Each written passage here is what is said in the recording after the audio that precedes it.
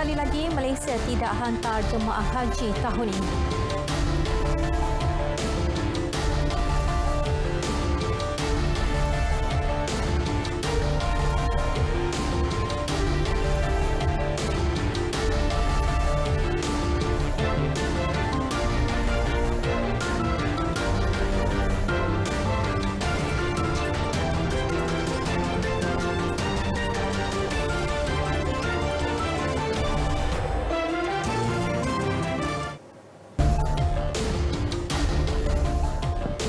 Assalamualaikum dan salam hormat. Anda bersama saya Miza Isni Muhammad dalam berita tengah malam. Baiklah saudara, buat tahun kedua berturut-turut Malaysia tidak akan menghantar jemaah untuk menunaikan haji tahun ini.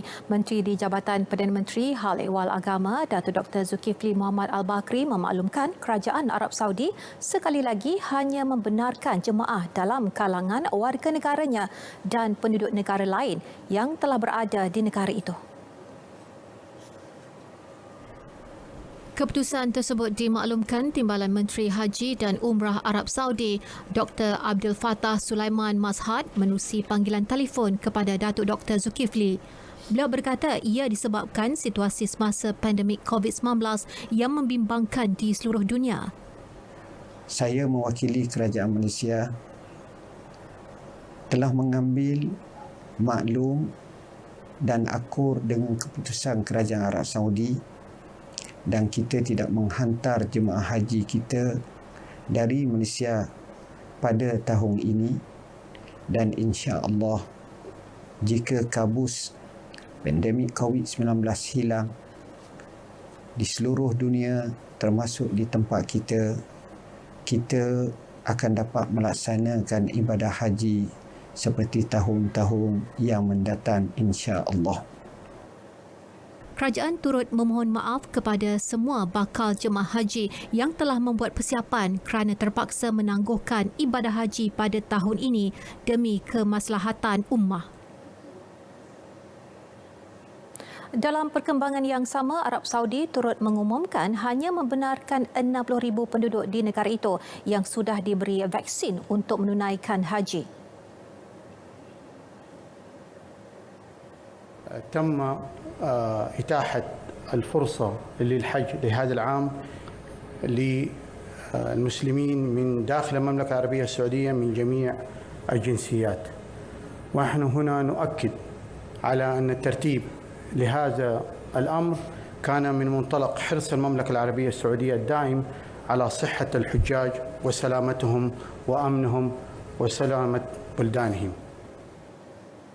Ibadah haji tahun ini bakal berlangsung bulan depan yang terhad kepada mereka yang sudah divaksin berumur di antara 18 hingga 65 tahun. Buat masa yang sama tidak mempunyai penyakit kronik. Tahun lepas lebih 10,000 jemaah menunaikan ibadah haji yang jauh berbeza daripada jumlah tahun-tahun sebelum pandemik iaitu 2.5 juta orang. Beralih kepada situasi terkini COVID-19 dalam negara, jumlah kes sembuh sekali lagi mencatatkan angka tertinggi sejak pandemik itu melanda negara dengan 8,334 kes berbanding 7,749 semalam. Ketua Pengarah Kesihatan Tan Sri Dr. Nur Hisham Abdullah berkata sebanyak 76 kematian baharu turut dicatatkan.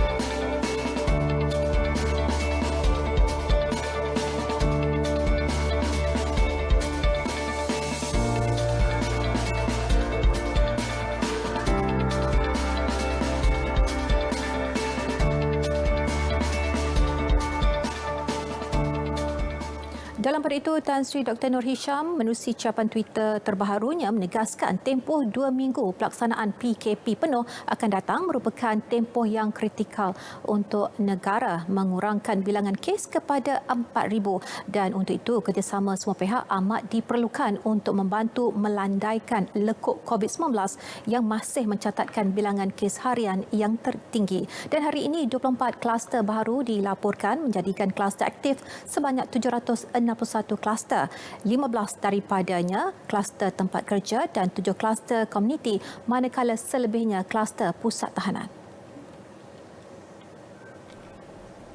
15 kluster tempat kerja melibatkan Selangor, Pahang, Negeri Sembilan, Pulau Pinang, Johor, Kuala Lumpur, Terengganu dan Kedah. 7 kluster komuniti dikenal pasti di Kelantan, Sarawak dan Sabah. Kluster melibatkan pusat tahanan pula dikenal pasti di Pulau Pinang dan Kelantan.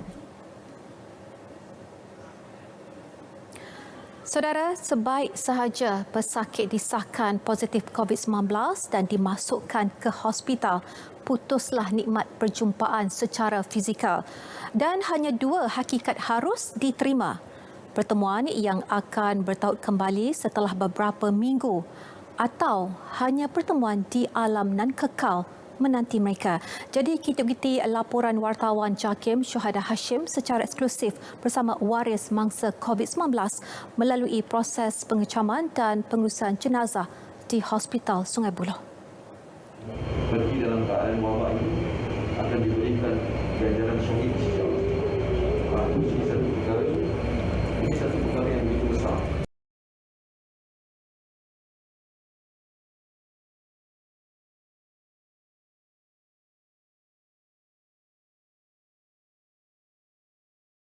Muhammad Aziz, 49 tahun, meninggalkan seorang balu dan 2 orang anak. 4 sekeluarga ini disahkan positif COVID-19 2 minggu lalu. Namun, ketika mereka sedang dikuarantin, Allahyarham telah dibawa ke Hospital Sungai Buloh kerana komplikasi penyakit lain. Ayah video call dan Alhamdulillah nampak makin bagus. Doktor kata kondisi dia makin bagus, virus tu makin berkurang. Macam-macam lagi lah, ada masalah yang lain semua makin berkurang. Tapi perancangan Allah lagi bagus kan. Doktor call, doktor kata minta maaf, kami dah cuba yang terbaik, ayah dah tak ada. So mula-mula memang yalah, ayah kan macam berat lah, sedih lah kita tak ada dengan ayah sampai akhir-akhir. Tapi keadaan macam ni kita faham lah kan. Ternyata virus COVID-19 ini pembunuh dalam senyap. Menarik nyawa tanpa disangka-sangka. Tiada pelukan serta tiada ciuman terakhir yang dapat mengiringi pemergian pesakit COVID-19. Memahami keadaan itu, Hospital Sungai Buloh berusaha memberikan khidmat terbaik untuk keluarga dan waris.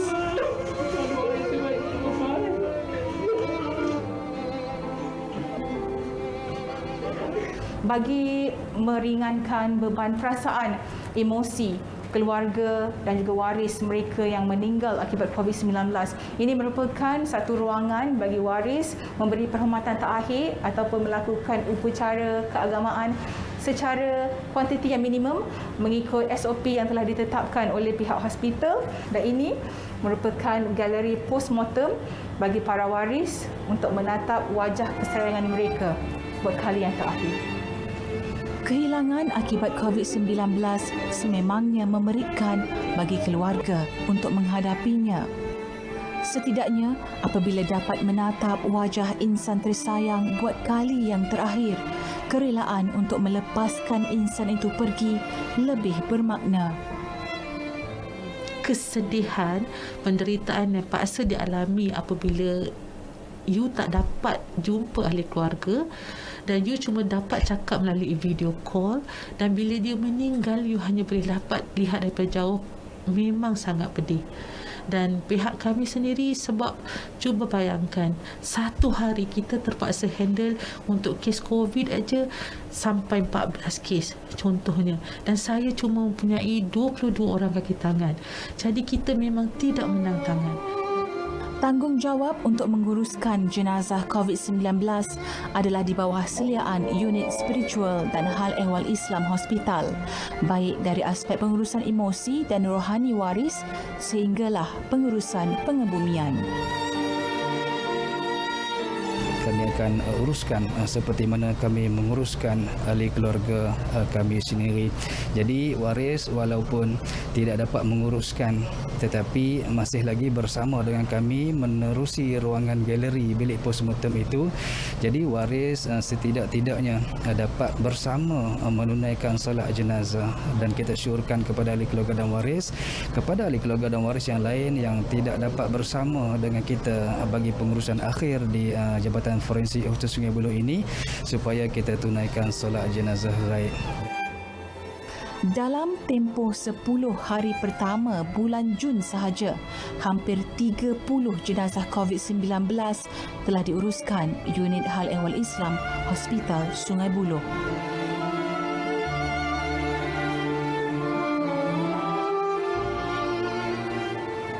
Ini merupakan galeri postmortem mayat reput yang telah ditukar fungsinya menjadi ruang pengecaman mayat dan juga ruang untuk waris dan juga keluarga memberi lambaian terakhir kepada jenazah COVID-19 yang diletakkan di sini.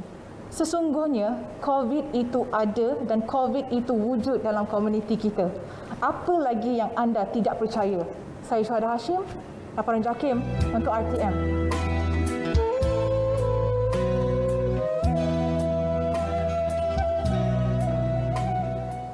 2.4 juta warga asing akan diberi suntikan vaksin COVID-19 bagi memastikan imuniti kelompok dapat dicapai secepat mungkin. Menteri Dalam Negeri Datuk Seri Hamzah Zainuddin berkata KDN akan bekerjasama dengan Kementerian Sains, Teknologi dan Inovasi untuk melibatkan warga asing dalam program imunisasi COVID-19 kebangsaan PIK. Warga asing terlibat merupakan mereka yang memegang pelbagai dokumen yang dikeluarkan oleh kerajaan atau pihak ketiga seperti Jabatan Pendaftaran Negara, Jabatan Imigresen Malaysia dan Suruhanjaya Tinggi Pertubuhan Bangsa-Bangsa Bersatu bagi pelarian UNHCR. Mereka yang menjadi penduduk tetap yang memegang MyPR sebanyak 268,419. Penduduk sementara yang memegang MyCAS sebanyak 8,801. Ini di bawah agensi Jabatan Pendaftaran Negara. Melalui Jabatan Imigresen Malaysia, kita ada permit masuk 22,581 yang telah pun kita luluskan. Pas Presiden 8,271. Pelajar 36,559. Bagi mengelak masalah lain seperti kesihatan dan sosial akibat kebanjiran pendatang asing tanpa izin parti, KDN sedang mengenapasti mereka yang tidak mempunyai dokumen yang sah. Parti akan diberi peluang sama ada pulang ke negara asal atau bekerja secara sah melalui pelan rekalibrasi parti. Lebih 500 penduduk orang asli menerima suntikan vaksin menerusi program jangkauan komuniti atau outreach vaksinasi COVID-19 yang diadakan di Dewan Serbaguna Sungai Rual Jeli. Daripada jumlah terbabit 235 orang menerima suntikan menerusi kumpulan awal yang diadakan pada 5 Jun lalu. Suntik vaksin ini penting bagi kita masyarakat orang asli ini sekiranya. Kalau boleh saya haraplah jangan tertinggal. Penting sangatnya penting. Kalau tak suntik bermaknanya jadi masalah lah. Baik vaksin Melaka saya harap penting. Suntik vaksin ini orang kata alhamdulillah lah. Sebabnya penyakit ini kita amat-amat kita kecewa, kita takut. Sebabnya kita takut apabila kita tak suntik vaksin ini, soalnya benda-benda ni kita takut orang Kuala Lumpur ke mari masuk dekat dalam ni, orang jual barang ke apa ke. Pesan saya kalau orang royak kau dalam Facebook kau apa-apa kau jangan mudah percayalah. Sebab vaksin ni tak ada apa-apa. Tak ada pasal gapo orang royak mati kau gapo kau tak ada gapo-gapo. Tu saja pesan saya. Ahli Parlimen Jeli Datuk Seri Mustafa Muhammad berkata dengan adanya pertambahan program outreach, beliau berharap kerajaan dapat memperuntukkan jumlah dos vaksin bersesuaian dengan penerima yang berdaftar. Masyarakat dinasihatkan tidak sewenang-wenangnya mengambil ubat antiparasit yang dikenali sebagai ivermectin yang didakwa boleh merawat COVID-19. Tegas pakar penyakit berjangkit Hospital Raja Permaisuri Bainun, Dr. Stephen Lee Chin Lun, Kementerian Kesihatan kini masih menjalankan kajian klinikal ubat tersebut terhadap pesakit COVID-19 peringkat 4 dan 5. Jelas Dr. Steven, pengambilan ivermectin yang salah boleh mengakibatkan kesan sampingan terhadap tubuh badan manusia. Kita khawatir orang awam akan membeli ataupun mendapatkan ubat ivermectin daripada sumber-sumber yang haram ataupun yang tidak betul, sehingga mereka termakan ubat ivermectin yang sebagai contoh ubat ivermectin yang sepatutnya digunakan untuk haiwan, dan ini akan mendatangkan kesan sampingan yang tidak sewajarnya lah. Meskipun terdapat kes klinikal yang menunjukkan kesan positif dalam rawatan COVID-19, namun ia hanya melibatkan jumlah yang kecil. Jadi ada juga yang persoalan ataupun kritikan terhadap ketulusan ataupun ketepatan kaedah yang digunakan oleh kajian-kajian klinikal tersebut. Bagi orang ramai, pendekatan mengambil tahu amat penting, terutama mendapatkan pengesahan sesuatu ubat daripada pihak berkuasa kesihatan. Masyarakat kat luar sana terutamanya harus percaya kepada pakar-pakar perubatan kita yang sedaya upaya untuk mengatasi penularan wabak COVID-19 ini, dan ini masa yang sangat sukar untuk frontliner kita. Kalau saya pun sebagai seorang pengguna, saya akan lebih berhati-hati dan tidak sewenang-wenangnya membeli di atas talian, pergi ke farmasi sekiranya dia dijual di farmasi. Saya menggesa dan juga menyeru seluruh rakyat-rakyat Malaysia agar kita membuat usul periksa dahulu sebelum kita mempercayai sesuatu berita.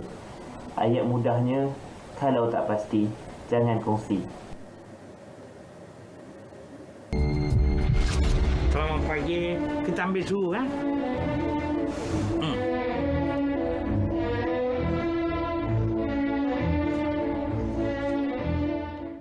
Bertemu kembali. Polis masih menerima surat atau permit pergerakan pekerja sektor ekonomi perlu yang tamat tempoh pada 14 Jun sehingga sekatan pergerakan penuh tamat pada 28 Jun ini. Menteri Dalam Negeri Datuk Seri Hamzah Zainuddin berkata tindakan itu dibuat bagi membuat penyelarasan penguatkuasaan kawalan pergerakan. Jelas beliau, polis melakukan hampir 1,000 SJR dan menutup 129 jalan kecil yang dikenal pasti menjadi laluan alternatif orang awam untuk melanggar larangan rentas negeri dan daerah. Beliau berkata tindakan tegas akan diambil terhadap mana-mana pihak yang didapati memalsukan permit pergerakan atau memberikan maklumat palsu kepada pihak berkuasa bagi mendapatkan permit kebenaran. Mengenai tindakan penguatkuasaan pematuhan SOP, PDRM telah mengeluarkan 9,808 kompaun dan melakukan 542 tangkapan atas pelbagai kesalahan pelanggaran SOP sejak 1 Jun hingga semalam. Menurutnya, Kementerian Dalam Negeri akan terus mempertingkat pemantauan pematuhan SOP menerusi PDRM, Jabatan Sukarelawan Malaysia, Agensi Penguatkuasaan Maritim Malaysia, Jabatan Immigration Malaysia, Jabatan Penjara Malaysia serta Jabatan Pendaftaran Negara. Polis Perak sudah merancang untuk mewujudkan pasukan pemantau berpadu berpusat bagi melaksanakan pemantauan secara bersasar. Ketua Polisnya, Datuk Mir Farid Altrash Wahid berkata pasukan itu juga bertindak mengikut aduan orang ramai berkaitan pelanggaran SOP yang sedang berkuat kuasa. Menerusi satu kenyataan, beliau menjelaskan perkara itu akan melibatkan beberapa agensi, antaranya Majlis Keselamatan Negara, Kementerian Kesihatan, Rela dan pihak berkuasa tempatan. Sejak 1 Jun sehingga semalam, pelanggaran SOP yang tertinggi adalah melibatkan pemakaian pelitup muka dan sebanyak 244 kompaun telah dikeluarkan. Namun begitu, kadar pematuhan SOP di negeri itu berada di tahap 96%. Lebih 300 pasukan pemantauan pematuhan SOP melibatkan semua elemen rondaan digerakkan di negeri berkenaan. Sebanyak 63 sekatan jalan raya SJR telah didirikan secara tetap di semua daerah. Jemaah Menteri bertanggungjawab untuk meneruskan peranannya menasihati Yang di-Pertuan Agong Al-Sultan Abdullah Riayatuddin Al-Mustafa Billah Shah selaku Ketua Negara dalam membuat sesuatu keputusan mengenai kedudukan tempoh darurat. Menteri di Jabatan Perdana Menteri, Parlimen dan Undang-Undang Datuk Seri Taqiyuddin Hassan berkata ini selaras dengan tanggungjawab serta teras dasar kerajaan memfokuskan langkah khusus dan tepat bagi mencegah, memerangi serta mengurangkan risiko kadar kebolehjangkitan COVID-19 dalam kalangan rakyat secara efektif. Menerusi satu kenyataan, Datuk Seri Taqiyuddin menjelaskan nasihat kepada Yang di-Pertuan Agong setelah mengambil kira semua keadaan semasa serta faktor-faktor berkaitan termasuk keselamatan orang ramai, aspek sosial dan ekonomi negara. Pada masa sama, kerajaan memberi jaminan kesemua mekanisme yang wujud dalam kerangka Perlembagaan Persekutuan serta undang-undang negara akan diikuti dalam membuat apa-apa keputusan mengenai darurat. Datuk Seri Taqiyuddin mengingatkan proklamasi darurat yang diisytiharkan Al-Sultan Abdullah atas nasihat Jemaah Menteri sebelum ini adalah selaras peruntukan Perlembagaan Persekutuan dan merupakan asas tanggungjawab utama serta khusus kerajaan dalam menangani wabak COVID-19 bagi memastikan kepentingan dan keselamatan rakyat terus dipelihara. Justeru persoalan sama ada darurat yang dijadualkan berakhir pada 1 Ogos 2021 perlu diteruskan atau tidak seharusnya timbul. Kementerian Perdagangan Dalam Negeri dan Hal Ehwal Pengguna akan mengkaji untuk menetapkan harga siling minyak masak botol 5 kg mengikut harga pasaran semasa. Timbalan Menterinya Datuk Rosul Wahid berkata perbincangan mengenai harga siling itu akan diadakan bersama Kementerian Perusahaan, Peladangan dan Komoditi serta Kementerian Keuangan Rabu ini. Kita di kementerian akan memantau dan melihat perkara ini dengan serius, bukan kita pandang ringan, dan satu mesyuarat akan diadakan dengan Kementerian Perdagangan, Perusahaan dan Komoditi dan juga dengan MOF untuk nak melihat dan mengkaji cara ataupun bagaimana untuk nak mengatasi masalah ini. Jadi saya harap, saya beri jaminan bahawa kerajaan sedang berusaha dengan bersungguh-sungguh untuk pastikan rakyat tidak terkesan. Beliau ditemui selepas melakukan pemeriksaan pematuhan SOP Akta 342 di Pasaraya di Sungai Besar. Beliau berkata kerajaan menyediakan kuota 60,000 metrik tan minyak masak dalam bungkusan 1 kg setiap bulan dan mencukupi untuk menampung keperluan 32 juta rakyat Malaysia. Katanya penggunaan minyak untuk rakyat Malaysia ialah 1.8 kg sebulan untuk isi rumah. Berdasarkan keperluan, bekalan minyak bersubsidi berkenaan mencukupi. RM4.5 juta diperuntuk bagi membaik pulih 2 cerun runtuh di Jalan Kampung Bendang Sungai Rual Jeli Kelantan yang berpunca akibat hujan lebat. Menteri di Jabatan Perdana Menteri Ekonomi Datuk Seri Mustafa Mohamed berkata runtuhan itu membabitkan lokasi sepanjang 80 meter dan 100 meter masing-masing di Seksyen 6.2 serta Seksyen 4.7. Jalan ini penting untuk orang asli. Ada kira-kira 1,000 penduduk orang asli sini, 270 keluarga. Ada sebuah sekolah kebangsaan dan guru-guru ulang-alik daripada tempat mereka tinggal dengan sekolah. Jadi jalan utama lah yang menghubungkan orang asli dengan Bandar Jeli. Jadi apabila rosak, maka sudah pasti ini menimbulkan banyak masalah. Beliau berkata demikian selepas membuat lawatan ke lokasi cerun runtuh berkenaan di Jalan Kampung Berdang, Sungai Rual. Kerja membaik pulih jalan terbabit akan dimulakan selepas sekatan pergerakan penuh ditamatkan. Tidak dinafikan banyak sektor terjejas kerana pandemik COVID-19, lebih-lebih lagi kepada golongan peniaga. Dengan pelaksanaan PKP penuh, rata-rata peniaga tidak dapat menyembunyikan kesedihan namun akur dengan tindakan kerajaan bagi menghentikan penularan COVID-19 yang lebih teruk. Laporannya Firdaus Mokhtar. Seperti peniaga di Jalan Tuanku Abdul Rahman, Ibu Negara, kebenaran sektor ekonomi perkhidmatan tertentu untuk menjalankan perniagaan sedikit sebanyak melegakan mereka.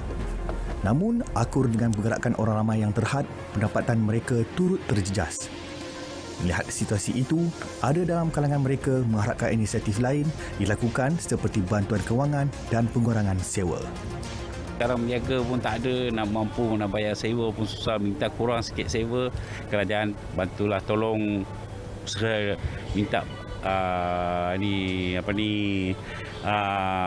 tauke yang sewa tu minta kurang sikit lah sewa. Saya tak ada mohon lah. Kalau yang bawah mungkin ada lah. Saya harap dapat bantuan macam Perhatian Nasional je lah. Ni PKP sambung lagi lah teruk. Dah itu hari dah dekat setahun tak ada berniaga. Ni sambung lagi. Tapi adalah kerjaan bantu juga.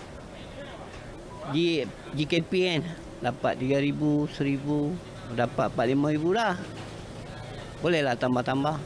Hanya sektor ekonomi yang tertentu yang terpilih oleh Kementerian Perdagangan Antarabangsa dan Industri MITI memperlihatkan orang ramai mematuhi SOP yang telah digariskan. Ingat, keluar hanya bila perlu saja demi memutuskan rantaian COVID-19. Firdaus Mokhtar, Berita RTM.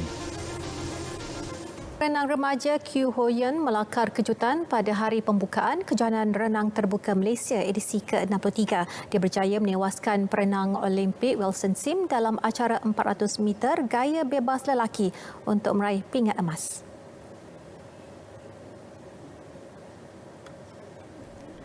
Berlangsung di Pusat Akuatik Nasional Bukit Jalil, perenang berusia 19 tahun itu mencatat 3 minit 51.56 saat. Wilson yang memegang rekod kebangsaan hanya merekod catatan 3 minit 57.74 saat. Manakala tempat ketiga Sebastian Sun dari Kuala Lumpur melakar 4 minit 2.63 saat. Hoyen merangkul 8 pingat emas Kejohanan Renang Remaja peringkat umur kebangsaan pada bulan Mac tahun lalu. Akui dia berpuas hati dengan catatan masanya meskipun tiada jaminan dia mendapat tempat di Olimpik Tokyo. Hoyen akan bertanding acara backstroke 200 meter diikuti acara gaya bebas 200 meter dan 800 meter pada hari Ahad. Menjelang Tamasya Paralimpik Tokyo 2020 Ogos ini, kontijen negara difahamkan akan berlepas lebih awal ke Jepun. Presiden Majlis Paralimpik Malaysia, MPM, Datuk Seri Megati Sharima Zaharuddin berkata, Malaysia akan terus dengan perancangan berlepas lebih awal apabila mengambil kira beberapa faktor termasuk sudah menjalani proses vaksinasi dan perlu menjalani syarat ketat pengajur termasuk kuarantin wajib. Kontingen Paralimpik muncul sebagai satu-satunya negara yang menerima jemputan bertanding lebih awal ke Jepun menjelang bermulanya tamasya berkenaan pada 24 Ogos depan. Kami kontingen akan pergi awal kerana hubungan yang kita ada dengan Datuk Bandar Miyoshi itu memberikan segala sponsorship untuk kita menjalankan kita punya acclimatization, food. So kita boleh be prepared in Japan earlier than other contingent. So that is an advantage. Dalam perkembangan yang sama, Megat turut menyatakan jika prosedur operasi standard SOP 14 hari kuarantin diwajibkan pengajur, maka mereka tiada masalah untuk mematuhinya.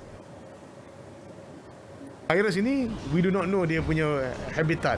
Sama ada you boleh quarantine tak quarantine, you kena. But then to be safe, to follow the health procedure, kita ikutlah. Dan saya cadangkan ini tak jadi masalah untuk atlet para kerana currently pun mereka pun quarantine.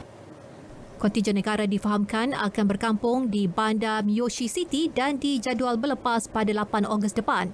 Sementara itu, Megat turut menjelaskan kesemua atlet yang bakal ke Tokyo nanti kini menjalani latihan secara gelembung sukan berpusat di Majlis Sukan Negara MSN. Berita tengah malam berakhir di sini. Ingat, jangan pentingkan diri sendiri dalam tempoh pandemik ini kerana tindakan sedemikian boleh menggagalkan usaha kita menghentikan penularan COVID-19. Lindung diri, lindung semua. Dengan itu, Assalamualaikum, selamat malam dan selamat beristirahat.